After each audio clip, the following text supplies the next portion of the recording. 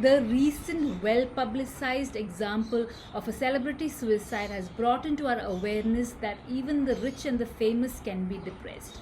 Depression has nothing to do with your intelligence, your looks, your success, or even your relationship status. One of the problems we face when we try to understand depression is that the same word depression is used for both the low feeling we get when something goes wrong and the biological disorder for which the symptoms are an overwhelming sense of sadness and a loss of pleasure. These are entirely different things, and what we are focusing on is the second kind, the overwhelming, debilitating, pervasive biochemical disorder with a genetic basis and early experience influences, which makes it difficult to enjoy life. A disorder which affects 15% of the population.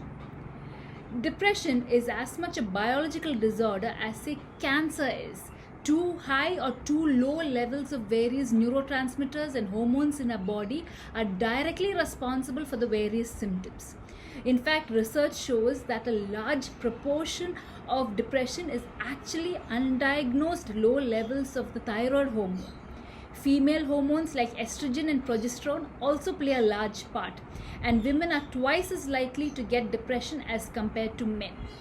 There are many other hormones and neurotransmitters that are directly and indirectly responsible for many of the symptoms of depression, including extreme tiredness, overwhelming sadness, guilt, and a loss of pleasure.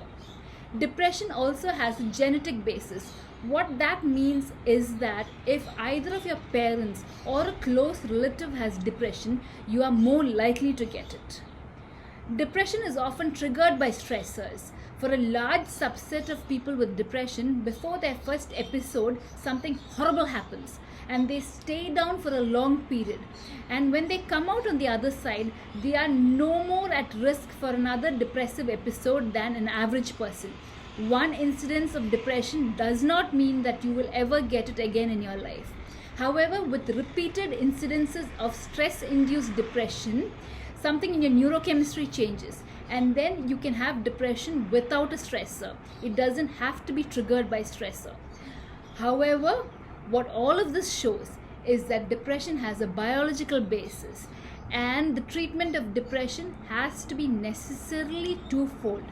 There has to be psychiatric medication to restore the balance of the neurotransmitters and hormones, and there has to be counseling to help deal with the life stressors. Any one approach without the other can prove to be ineffective.